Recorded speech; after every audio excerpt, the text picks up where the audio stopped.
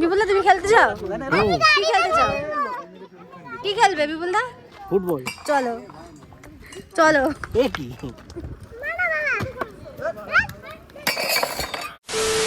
Hello সবাইকে, কেমন আছো তোমরা সবাই? আশা করছি সবাই খুব ভালো আছো, আর আমরা ঠান্ডাতে খুব ভালো আছি। আর এখন দেখো নিউ জলপাইগুড়ির সকাল 8টার সময় ওয়েদারটা কি কিছু দেখতে পাচ্ছ? দূর দূর অবধি খালি কুয়াশা আর কুয়াশা, মানে এতটাই ফগি ওয়েদার ছিল, দূর দূর অবধি কিচ্ছুই দেখা যাচ্ছিল না। আর দেখে মনে হচ্ছে সকাল 5টা কি 6টা এরকম বাজে। তো আমরা এখানে দাঁড়িয়ে রয়েছি কেন? আমাদের ড্রাইভার দাদা আসবে আমাদেরকে পিক আপ করতে। আর বলতে বলতে আমাদের ড্রাইভার দাদা চলে এসছে। আর এই দাদার সাথেই আমাদের এখনকার থেকে দুদিনের ঘোরাঘুরির প্ল্যানিং সেট করা রয়েছে। ফার্স্ট দিন আমরা যাচ্ছি দেলোতে ঘুরে টুরে তারপর যাবো আমরা শিটং। তো সমস্তটাই তোমাদের সাথে ব্লগে শেয়ার করব। অনেক ব্লগ আসতে চলেছে, এখনও বাকি রয়েছে ব্লগ আসা। দেলোর হোমস্টের ব্লগও আমি তোমাদের সাথে শেয়ার করব। তো এখানে ড্রাইভার দাদা চলে এসছে, আর এখন আমাদের সব লাগেজ ওপরে প্যাক করা হচ্ছে। দেখতেই পাচ্ছ কত লাগেজ, মানে শীতকালে আর শীতের জায়গায় যাওয়া মানে প্রচুর জামা প্যান্ট, প্রচুর লাগেজ হয়, বিশেষ করে যখন বাচ্চারা থাকে। তো এই যে এই দাদার সাথে এখন আমরা ঘুরতে বেরোবো। আর আজকে আমাদের ডেস্টিনেশন হচ্ছে নিউ জলপাইগুড়ি টু দেলো। তো চলো যেতে যেতে গল্প করা যাক।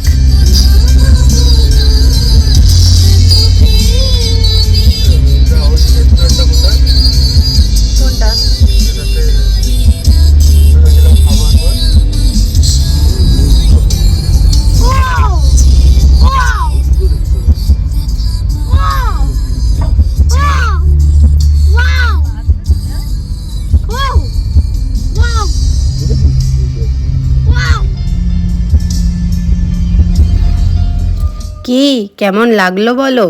পাহাড়ি রাস্তা, তার সঙ্গে এত সুন্দর একটা মনোরম গান, যেটা শুনলে মানে আর কিছু চাই না, এরকম একটা মনে হয় না? শুধু মনে হয় আঁকা বাঁকা পথ দিয়ে যাব আর এরকম সুন্দর সুন্দর গান শুনবো। মানে পাহাড়ে আসলে কোথাও একটা হারিয়ে যেতে ইচ্ছা করে। আর দূর দূর অবধি খালি পাহাড় আর পাহাড়, মানে কি যে বলবো আমি বুঝে উঠতে পারি না। মাঝে মাঝে পাহাড়ে গেলে সত্যি মনটা ভালো হয়ে যায়। পাহাড় একটা শান্তির জায়গা। পাহাড়ে যাওয়ার কথা শুনলেই ব্যাস মনটা তো একদম খুশ খুশ হয়ে যায়। তারপরে এই যে আমাদের সেই তিস্তা নদী, মানে খুব সুন্দর লাগছে ভিউটা। দেখো তোমরা জাস্ট অবাক হয়ে তাকিয়ে থাকবো এরমই একটা। আর আমি এমন জায়গায় বসেছি না যেখান থেকে ভিডিও করা খুবই একটা দুষ্কর ব্যাপার। তো আমি ফাইনালি আমার বরমশাইকে বললাম, বরমশাই তুমি একটু ভিডিও করে দাও, কারণ আমি এমন জায়গায় বসেছি যেখান থেকে ভিডিও করা খুবই ইম্পসিবল ব্যাপার হয়ে যাচ্ছিল। তো রাস্তাগুলো দেখতেই পাচ্ছ এখনও কাজ হচ্ছে, রাস্তা এখন ঠিকঠাক করা হচ্ছে। সো এখন আমরা আছি হচ্ছে শিবক রোডের কাছাকাছি। তো এখান থেকে আমাদের সকালের ব্রেকফাস্টটা করার চিন্তাভাবনা করা হচ্ছে। আর রাস্তায় কাজ হচ্ছে বলে এত ধুলো, মানে জানলা খুলে রাখলে আর কিছু দরকার নেই, মানে গাড়ির কাজটা নামিয়ে রাখলে পুরো ধুলোয় তুমি স্নান হয়ে যাবে। আর ফাইনালি আমরা এখন এসেছি একটা রেস্টুরেন্টে ব্রেকফাস্ট করব বলে। আর রেস্টুরেন্টের ব্যাক সাইডের ভিউটা এত সুন্দর ছিল যে ব্রেকফাস্টের কথা আমরা না, মানে ব্রেকফাস্টের কথা ভুলে গিয়ে এখন আমরা চলো একটু ফটো তুলে আসি, একটু ভিডিও করে আসি। তো যাই হোক না কেন, আর এখানে আমাদের সকালে ব্রেকফাস্টে আমরা নিয়েছিলাম হচ্ছে ম্যাগি লাভারের জন্য ম্যাগি, আমাদের জন্য মোমো আর আলুর পরোটা।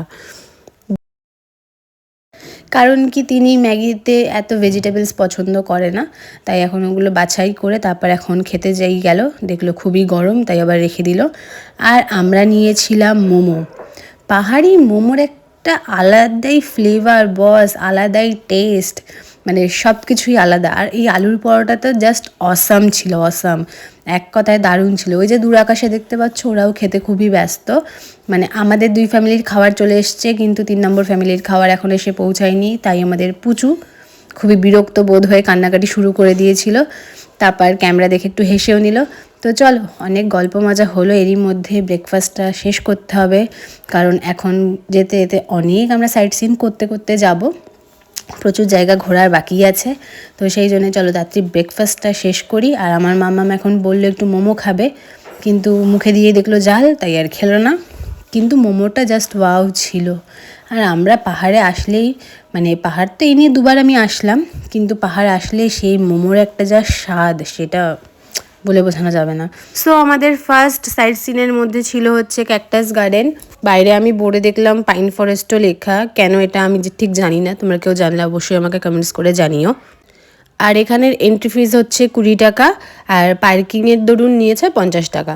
তো এখানে তো ঢুকে আমি অবাক হয়ে গেলাম। আমি এতদিন জানতাম হয়তো ক্যাকটাস একরকমই দেখতে হয়, কিন্তু এর ভেতরে যে এত রকমের ক্যাকটাস গাছ আমি তো দেখেই অবাক। আর ভেতরটা এত সুন্দর ছিল না, জাস্ট মানে বলে বোঝানো যাবে না।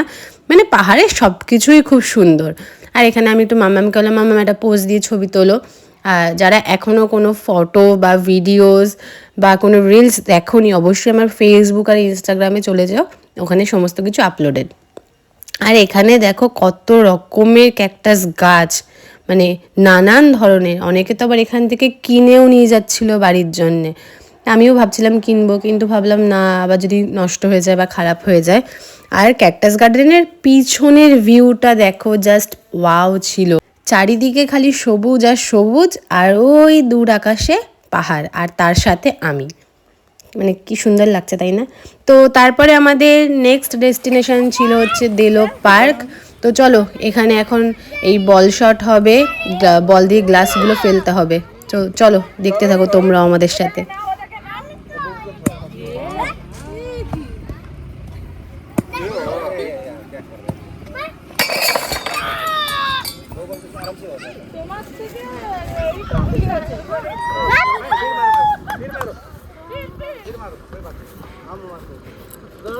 দাঁড়া, বল লেগে যাবে, তুই মারবি একবার।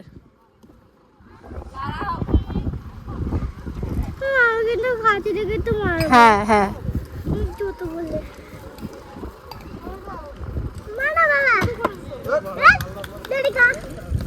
নিয়ে আয়।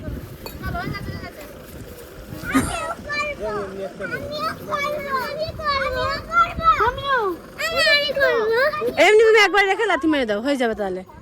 হ্যাঁ, ওখানে রাখো, রেখে একবার শর্ট দিয়ে দাও। ওটা পারবে না, তুমি পারবে না, তুমি একটা শর্ট দিয়ে দাও।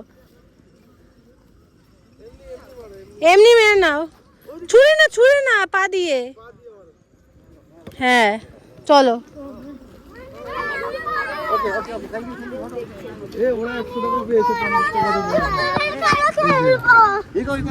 বিপুলদা, তুমি খেলতে চাও? কি খেলতে চাও? কি খেলবে বিপুলদা? ফুটবল। চলো চলো। এই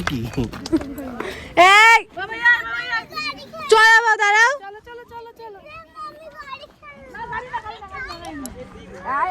দেখতেই পেলে কে কিরকম ফুটবল শট করলো আর কে কিরকম গ্লাস শট করলো, দেখতেই তো তোমরা পেলে। মানে বড়দের থেকে বাচ্চারা ভালো খেলেছিল। তখনকার ভিডিওটা আমার নেওয়া ছিল না, সেই জন্য আমি আপলোড করতে পারলাম না। আর তারপরে আমার মাম্মাম তো খুবই বায়না করছিল গাড়ি চড়বে। আমি বললাম ঠিক আছে চলো চড়াই। কিন্তু তারপরে যেটা হলো, এইবার তো গাড়িতে উঠেই ম্যাডাম কান্না জুড়ে দিল, মা আমাকে নামাও। দেখতেই পাচ্ছ ওর মুখটা খালি ওর মায়ের দিকে। মানে মাকে পারলে গাড়িতে নিয়ে বসতে পারলে খুব ভালো হয়, কিন্তু মাকে তো অ্যালাও করবে না, তাই না? তো যাই হোক না কেন, জোকসা পার্ট।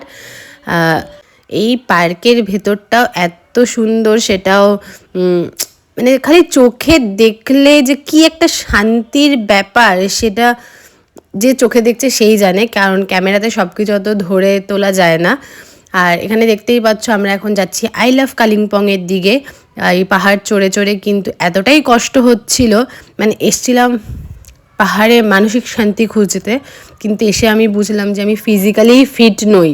তারপর এখানে একটু আমরা ফটো সেশন করে নিলাম। আর ওদিকে হচ্ছিল প্যারাগ্লাইডিং, যার জন্যে পে করতে হচ্ছিল পার পার্সন 3000 টাকা করে। বাট আমরা কেউ করিনি, কারণ আমরা উঁচুতে খুব ভয় পাই, মানে আমি তো খুব ভয় পাই। আর রোডের ওপরেই ছিল এত সুন্দর একটা বুদ্ধদেবের মনেস্ট্রি, যেটা দেখে এখন আমরা যাব হচ্ছে আমাদের হোমস্টের উদ্দেশ্যে। আর এই মনেস্ট্রি থেকে আমাদের হোমস্টের দূরত্বও বেশি দূর নয়। হোমস্টের আমি একটা আলাদা করে ভিডিও আপলোড করব, তাহলে তোমাদের খুবই হেল্প হবে। আর চলো আজকে এখন হোমস্টেতে যাওয়া যাক। আর ভিডিওটা কেমন লাগলো অবশ্যই কমেন্টস করে আমাকে জানাতে একদম ভুলো না। তোমরা কারা কারা দেলোতে এসেছো, দেলোতে ঘুরেছো, সেটাও আমাকে কমেন্টস করে জানিও। তো চলো আজকে এখানেই ব্লগটা এন্ড করব। দেখা হচ্ছে খুব শীঘ্রই নতুন একটা ব্লগে। ততক্ষণ ভালো থেকো, সুস্থ থেকো, টাটা।